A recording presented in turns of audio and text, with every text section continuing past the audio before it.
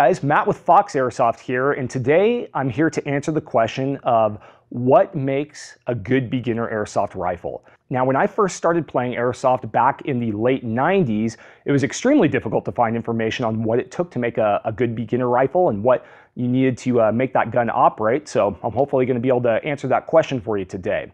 Now, the first thing I recommend is when you're getting into the sport, you want to make sure to start off with a quality gun.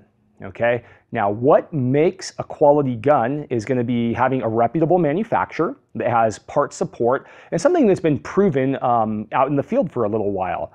Here at Fox, that's what we focus on. We want to give you guys products that are going to bring you a lot of enjoyment that we can support and you can have fun with for a long time. The brands that we recommend on this website, we put our trust behind, and we consider them excellent choices for you. Now with that, the price point does make a difference. Typically, our entry-level rifles start around $100, and they go up to about $200 for the Sportline category. Now, you might hear this term Sportline as well as Proline that we throw around, and there's basically two classifications for the gun. A Sportline gun typically has a polymer or nylon fiber style body, where a Proline gun is typically a metal body, a higher grade. Now, the difference between those two is primarily on the external build quality and the fit and finish of the rifle. In terms of shooting, the Sportline rifles are excellent. You can go head-to-head with almost every Proline rifle out there. The Proline rifles are typically a little bit more crisp. They have some upgraded internals, but in terms of velocity and accuracy, you're going to be pretty darn close with the entry-level rifle to start off with. So you can feel good about that when making a purchase decision. When we first started selling airsoft guns, typically none of the guns would come with a battery or charger. Nowadays, some brands include a battery and charger where others do not. Now, typically those are thrown in there just to give you something very basic to get started and get going. The very first thing you want to do though with any Sportline rifle is you want to get a quality charger and a quality battery. Reasons for this are very simple. A quality charger, a smart charger, will charge your battery faster, and it's going to automatically shut off the charger once it's completed its charging cycle. That's going to make your life so much easier versus using the wall chargers that take 6 to 8 hours and don't shut off. They pose a fire risk. Just don't even go there. Go with a smart charger off the bat. I promise you're going to be so much happier. The next thing is getting a quality battery.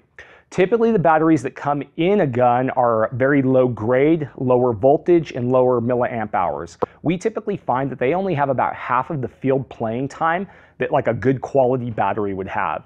Now, a good rule of thumb with batteries, okay, is that if you have a quality battery, a milliamp hour equals one shot. So if I have a 1600 milliamp hour battery, I can expect to fire it about 1600 rounds before I need to charge it.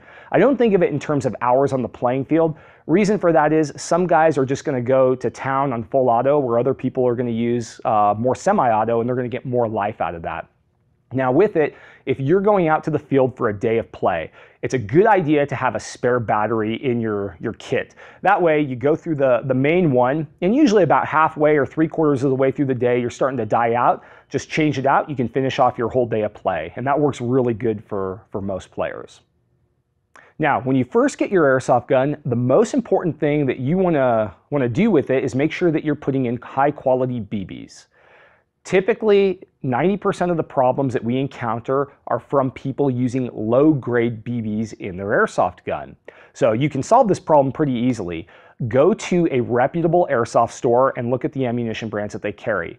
Don't go to a big box store, which typically sells consumer-grade disposable type equipment. You want some place that's going to actually sell a hobby-grade equipment. Your airsoft gun very simply operates by plugging a battery into it that drives an electrical motor that moves a piston back and forth to fire the gun. With that, there's some internal complexity that goes on, and that has generated a lot of non-standard terminology, if you will, across the industry. You'll hear terms like upgraded versus not upgraded, and where that really stems from is you used to buy guns that did not have what we would now consider upgraded internals. The gear sets were weaker, the pistons were weaker, and so that was a component that you used to upgrade on your own.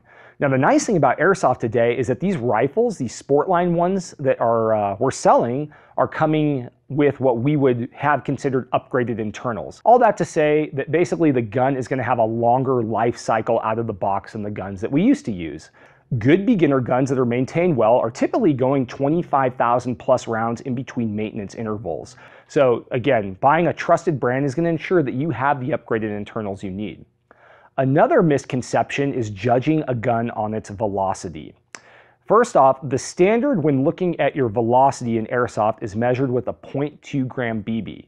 Be wary of this. There are manufacturers out there that try and inflate their velocity numbers by using a lower weight of ammunition. And the other thing is, velocity is not a measure of how good a gun is. There's two velocities that guns are typically produced with out of the box. That is coming in at about 400 feet per second, and then at about 350 feet per second. The reason manufacturers choose these velocities is for the type of play you have. If you're playing in an indoor field, 350 feet per second is the most typical limit that you find across the United States. Obviously, check with your individual field first before purchasing. Now, an outdoor field limit is typically 400 feet per second. So that's why you have those. The other thing is it's not uncommon to see slight velocity fluctuations from what's published. If a gun was shooting at advertised to shoot 400 feet per second out of the box, when you tune the hop up and get the spring worn in, it's not uncommon for it to shoot about 380 or 390. That's totally fine. That doesn't indicate that your gun is flawed in any way, and it's actually doing exactly what it should be doing. Now, a lot of Sportline guns out there these days are coming with rail systems. And so like this gun that I'm holding here now, you're gonna notice has a quad rail system on it. The rail system does a lot for you. It's basically your point where you're mounting all of your accessories to. There are a variety of different types of rail systems. You have a standard Picatinny, which is the most common. It's been around the longest. And then you also have key mod style. The other one that is coming out as well too is M-Lock. But if you have a standard Picatinny rail system, you can mount almost any accessory to that. When you're looking for your first rifle here, just know that the products we're putting on our website, they're awesome, okay? We want to give you guys something great that you're going to enjoy for a long time to come. If you have any more questions about a specific model or just need some more details, feel free to send us an email at sales@foxairsoft.com or give us a call at 888-316-7816. Any of our sales staff are going to be happy to help you out. We have some great people here who are very knowledgeable in the sport, and their job is to make sure that you guys get what you want so that you can have fun and enjoy this hobby for a long time.